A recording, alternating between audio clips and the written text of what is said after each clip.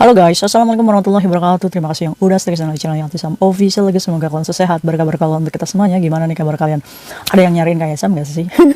Kaisam baru bisa ngoceh cuy ya. Ceritanya tuh dari pagi, Kaisam itu mau beli Joysam biasa tuh ya, mau pergi ke studio itu yang di taman. Ternyata sudah siap nih cuy ya, pakai jaket, ya kan, bawa tas. Wes, udah siap nih mau ngoceh nih cuy. Ternyata pas keluar rumah, berkotek, dingin banget ini, ya kan? Nggak biasanya nih cuaca Hongkong ekstrimnya sampai 8 derajat ya cuy ya. Ini lebih-lebih dari kulkas. Kulkas aja 18 derajat cuy. Nah ini 8 derajat ya kan. Alhasil cuy, habis beli Joysam nggak jadi ngoceh. Udahlah pulang aja lah, nanti malam aja tak bikin konten ya. Nah ini baru bisa ngobrol ya. Nggak apa-apa deh, yang penting sehari ini masih ketemu sama kayak Tisam. Masya Allah, ayo kita doakan dulu teman Kaisam yang lagi di rumah sakit juga tentunya. Semoga Allah angkat sakitnya. Teman Kaisam yang masih berjuang di rumah majikan tentunya diberikan kekuatan sampai finish. Teman Kaisam yang bahagia juga tentunya jangan lupa bersyukur. Oh ya, Kaisam itu mau berbagi kabar bahagia, di mana kalian ngikutin nggak kisahnya Mbak Bunga yang kemarin itu medikal karena tes HIV itu yang positif. Alhamdulillah cuy, qadarullah nih, alhamdulillah ya. Mungkin Allah mengijabah salah satu atau doa banyak orang nih yang mengaminkan doa kayak Tisam, sehingga doa itu dikabul cuy. Alhamdulillah hasil medikal yang keduanya itu fit. Sampai nangis haru ya Mbak Bunga itu, kakak alhamdulillah saya fit. Akhirnya tidak terjadi termination. Ya kita doakan mungkin ini rezeki anaknya ya cuy ya. Semoga Mbak Bunga bisa semangat nih ya. Jangan mengandalkan tsunami, biarkan aja tsunami di penjara. Yang penting anaknya bisa memiliki masa depan. Amin. Buat kalian yang mau notis-notis, nah semangatnya Mbak Bunga ini bisa menjadi motivasi buat kalian. Kalian masih muda cuy, ya kan? Jangan kalah hanya karena dimarahin. Semangat, bangkit. Ya Allah, jika memang ini ujian saya, semoga saya kuat. La haula wala quwata illa billah. Amin. Ya Allah, ceramah aja kayak Tisam. Kaisam bahas apa sih? Banyak ya cuy ya. Lagi pada geger apa sih di luar? Kaisam itu pura-pura aja deh. Emang kayak Tisam nggak ada informasi atau nggak dimintain donasi gitu. Aduh, donasi apa ya kan. Oke cuy ya, sebelumnya Kaisam juga mendengar beberapa ya, Kaisam juga mendengar kabar duka ya, dimana ada teman kita, salah satu teman kita meninggal dunia ya, dan statusnya itu overstay ya. Insya Allah Kaisam juga akan bertaziah insya Allah secepatnya. Banyak nih yang komen deterjen. Kaisam komentarin dong, Kaisam itu kan sering bahas anak-anak OS tuh, masa kayak gini aja Kaisam nggak bisa nggak bisa komentarin. Angil. Nah gimana Kaisam tuh dengan fenomena donasi itu? Kaisam setuju nggak? Aduh, akhirnya wes gini aja ya, Kaisam masih tahu nih. Sebenarnya Kaisam itu tahu sedikit kisahnya si almarhum ini ya. Sebelumnya kita doakan dulu ya cuy. Semoga almarhum yang sedang diperjuangkan kepulangannya dimudahkan sama Allah kepulangannya ya. Kisahnya bisa menjadikan pembelajaran untuk kita semuanya. Kisahnya bisa menjadi pecut untuk teman-teman kita yang kabur dari rumah majikan. Tuh, lihat tuh. Ada tuh, bukan hanya sekadar ngomong, ya kan? Semoga almarhum diampuni segala dosa, diterima amal ibadah dan iman Islamnya. Semoga proses kepulangannya juga dimudahkan. Amin. Ya rabbal alamin. Oke cuy, sebagai sesama muslim wajib kita mendoakan. Ya, sesama muslim juga wajib bertakziah. Mungkin kalimat donasi ini lebih ke dirubah menjadi takziah saja ya. Jadi kalau misalkan memang kalian terketuk hatinya untuk bertakziah sesama muslim, boleh silakan abaikan status overstay-nya. Nah mungkin lebih tepatnya bertakziah mungkin ya cuy. Kalau misalkan donasi ini ya Kaisam juga agak sedikit tidak setuju, karena saat kita membuka open donasi untuk anak overstay, ini berarti kita mensupport tentang tindakan mereka, ya kan? Jadi silakan buat teman-teman Kaisam yang mau bertakziah, silakan hubungi Miss Y, karena beliau membuka takziah ya. Silakan hubungi, karena Kaisam tidak open juga. Kaisam akan melakukan kewajiban sesama muslim aja bertakziah insya Allah ya. Gitu ya cuy. Nah untuk teman-teman Kaisam yang pekerja migran khususnya, jangan sekali-kalinya kalian open donasi di luar, apalagi menggunakan barcode kalian sebagai saving money-nya ya. Jadi kalau misalkan misi yang melakukan itu adalah visanya visa permanen residen, jadi itu boleh. Tapi kalau misalkan kita sebagai pekerja migran, lebih baik jangan terlalu masuk ke dalamnya ya. Itu saran Kaisam aja. Oke, kita bahas. Kaisam tahu nggak sih kenapa mereka ibunya itu meninggal? Ya kan, masuk rumah sakit otomatis ya sakit cuy ya. Iya kan. Nah Ya overstay-nya kita patut menduga mungkin ibunya sebenarnya pengen menyerahkan diri, hanya saja ketakutan, mungkin takut di sel prodeo ya cuy ya. Jadi dia tahan semua bebannya itu sendiri. Padahal ya patut kita menduga sih dengan usia yang segitu, sepertinya beliau ini sebenarnya pengen pulang, hanya terjebak dengan status overstay-nya sehingga dia ini berteman dengan lingkungan anak-anak overstay semua, sehingga tidak ada yang mengingatkan beliau untuk segera melakukan apply pulang ke Indonesia cuy ya kan. Nah Kaisam, kalau misalkan kayak gini supaya tidak dibebankan biaya rumah sakit anak overstay gimana? Sebenarnya kalau misalkan Kaisam kasih saran, ini pasti kalian akan contoh semua, tapi alangkah lebih baiknya ya lebih baik paper gitu, karena paper itu ada yang menjamin gitu cuy. Kalaupun kalian kenapa-kenapa ya kalian tuh akan dijamin oleh ISS ya, ada yang menjamin kalian. Jadi kalau anak paper tuh ke rumah sakit itu bisa lahiran gratis aja ya. Beda dengan anak overstay, ya kan? Anak overstay tuh nggak di backup sama sekali tentang biayanya, cuy. Nah, maka dari itu nih kalian yang overstay ini sebagai tolak ukur nih. Jangan sampai kalian itu seperti itu. Ya Kaisam doain, ya enggak, bukan doain, tapi memang ini kenyataan yang harus kita nih melek, cuy. Kalian mau cari apa overstay, ha? Kaisam sebenarnya saya tuh takut untuk menyerahkan diri. Alah kalian itu kabur dari rumah majikan aja nggak takut, ya kan? Nyerahin diri aja takut, ya kan? Angel. Oke, kita kita kesampingkan kisah ibu yang meninggal kemarin ya dengan status overstay-nya. Kaisam juga punya cerita overstay lagi nih. Nah ini sebagai pembelajaran kita nih, sebenarnya gimana nih menurut kalian? Oke. Sebenarnya suaminya ini tuh tipikal suami yang sayang sebenarnya sama istrinya ya. Cuma karena keadaan ekonomi mereka ini kurang, sehingga banyak bentrok nih, ya kan? Suami memberikan surat izin untuk pergi ke luar negeri, khususnya Hong Kong, dengan meninggalkan anak yang masih kecil. Ini kan berharap untuk memperbaiki keadaan keluarga, ya kan? Sesampainya di Hong Kong, si istrinya ini kejebak dengan hutang bank. Sehingga pusing nih, padahal dia ini kerja baru 10 bulan aja cuy, di rumah majikan. Nah, karena dia ini dulu pernah kerja di luar negeri juga, dan tahu sedikitnya pekerjaan ilegal di luar sana, sehingga di Hong Kong dia memilih kabur, pengecut, ya kan? Kita sudah berhutang gitu kan, sudah menerima uang bank, kita nggak bisa bayar, kita nggak mau mengikuti proses notis majikan, akhirnya kabur. Ini kan apa sih yang ada di pikiran kalian coy? Coba kasih tahu Kaisam tuh belum menerima alasan yang benar gitu. Kenapa ya? Ya kan? Udah sebulan nih telat bayar bank nih, aduh udah keringet dinginin keluar semua. Kabur nggak, ya kan? Ujung-ujungnya kabur. Nah biasanya kaburnya ini pas libur, ya kan? Wis nggak peduli tuh barang-barang di rumah majikan, yang penting selamat, ya kan? Kaburnya pinter, bawa paspor.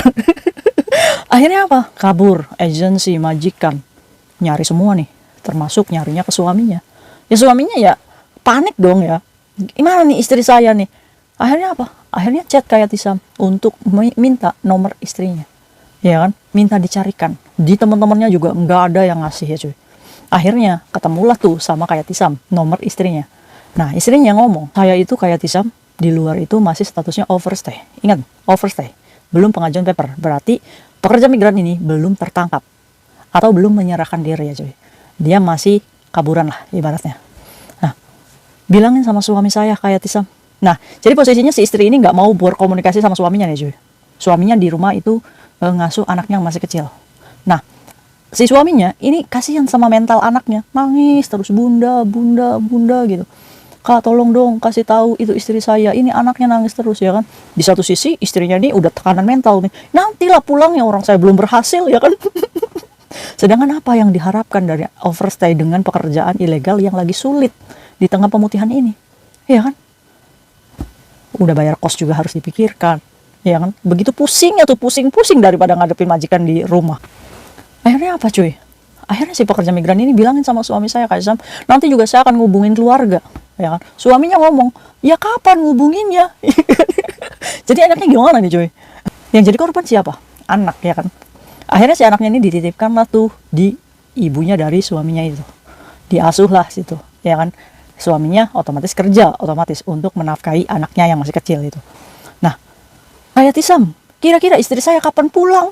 Lo ya jangan tanya kayak Tisam, orang istri kamu nggak mau pulang, ya kan? Asal kamu tahu aja nih, kalau misalkan dia menyerahkan diri untuk tunggu tiket pesawat, dia harus dihadiri dulu masa overstay-nya. Nah, kalau misalkan dia pengajuan nih, belum lama nih OS-nya, apalagi paspornya masih aktif. Nah, ini cepet nih pulangnya. Nah, buat teman-teman Kaisam yang overstay-nya baru-baru, apalagi kalian pegang paspor kalian aktif, cepet cuy pulangnya. Cepet.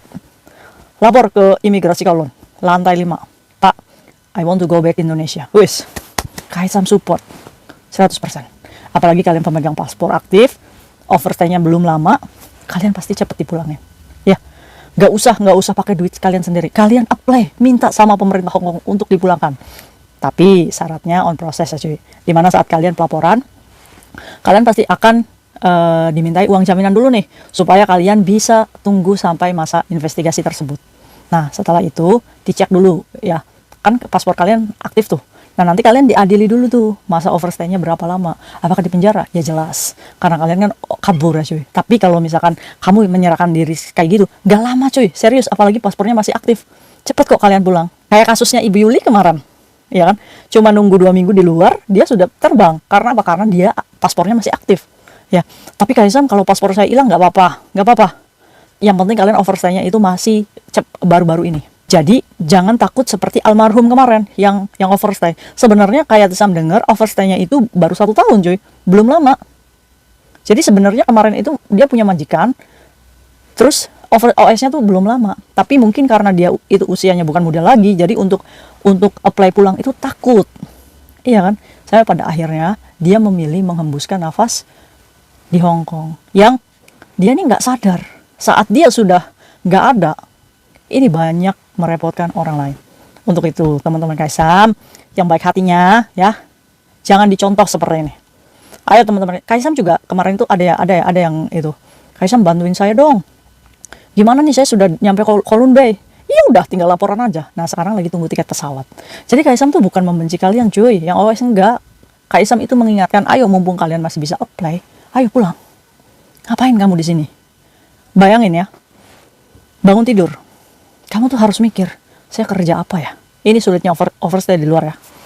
Bangun tidur, saya kerja apa ya? Cari-cari part time, iya kan?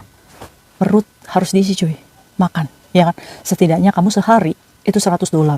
Ya $50 lah paling hematnya ya, makan mie aja, ya kan? Kalian tuh pasti harus cari duit itu cuy.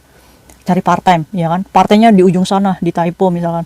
Itu cuma dapat 300 sehari. Untuk ongkosnya aja udah 100. Untuk makan 100, cuma nyisa 100. Kalian saving tuh tabung ya, 100. Nah, kalian tuh setiap bulannya harus bayar kos. Minimal 2.000 aja. Berarti 20 hari dari gaji kalian itu 100. Kalian tuh untuk bayar kos, ya kan? Mana ada kita duit saving gitu, ya kan? Kak Isam tuh nakut-nakutin aja orang teman saya sukses kok jadi anak overstay. Nah, ya kita jangan berbicara yang suksesnya ya. Sukses kan kita yang lihat gitu ya kan. Tapi penderitaan hatinya, pengorbanannya dia, kita nggak tahu cuy. Ya kan, maka dari itu kalau misalkan ada yang gampang, kenapa kita harus mempersulit diri sih? Mau cari apa kamu? Mau cari yang bangunnya siang nggak disuruh sama majikan? Kita ini kerja, kita ini ikut orang. Jadi ya wajar kalau misalkan kita itu disuruh-suruh. Namanya juga kita asisten rumah tangga. Kalau nggak mau disuruh-suruh ya jadi colopan ya, aduh. Makanya Kaisam banyak teman-teman yang nikah tuh sama laki-laki Hong Kong tuh supaya jadi dadai-dadai. Tahu-taunya visanya nggak turun. Kenapa? Karena suaminya punya utang. Awas salah ini apa namanya? Salah pilih suami kamu ya. Nanti visanya tetap aja domestic helper ya, walaupun sudah menikah. Hati-hati ya. Banyak jebakan-jebakan laki-laki Hong Kong, tapi dia punya hutang tetap aja visa istrinya nggak turun, visa permanennya. Hati-hati, ini banyak juga. Oke, buat kalian yang overstay ya, kalian tuh nggak boleh sakit, nggak boleh hamil. Jadi kalian tuh harus sehat terus, harus banyak duit terus, karena hidup di Hong Kong dengan status kalian yang overstay itu luar biasa. Ya, jujur aja cuy, orang Hong Kongnya aja untuk hidup di Hong Kong ini sulit. Makanya kenapa banyak orang Hong Kong yang pada pindah tuh ke London. Untuk apa? Supaya apa? Anak-anaknya sekolah di sana itu gratis daripada sekolah di Hong Kong. Nah kalian berani-beraninya kalian kabur dari rumah majikan, mencoba hidup di Hong Kong yang mahal. Aduh, Kaisam nggak sanggup cuy. Maka dari itu Kaisam itu karena sayang sama kalian, ayo yang overstay, Kaisam support. Butuh pendampingan, Kaisam dampingi. Kaisam, saya mau pulang. Wis, ayo, nggak apa-apa, Kaisam bantu kalian untuk pulang. Amin ya robbal alamin ya cuy ya. Ingat, di Selpro di Hong Kong itu nggak enak. Banyak yang jujur sama Kaisam. Kapok Kaisam, saya masuk ke Selpro Deo dimarahin terus sama sipirnya. Namanya juga penjara, kalian itu gimana sih? Aduh, kita begibah terus. Apa ini intinya? Intinya, syukuri pekerjaan apapun ya.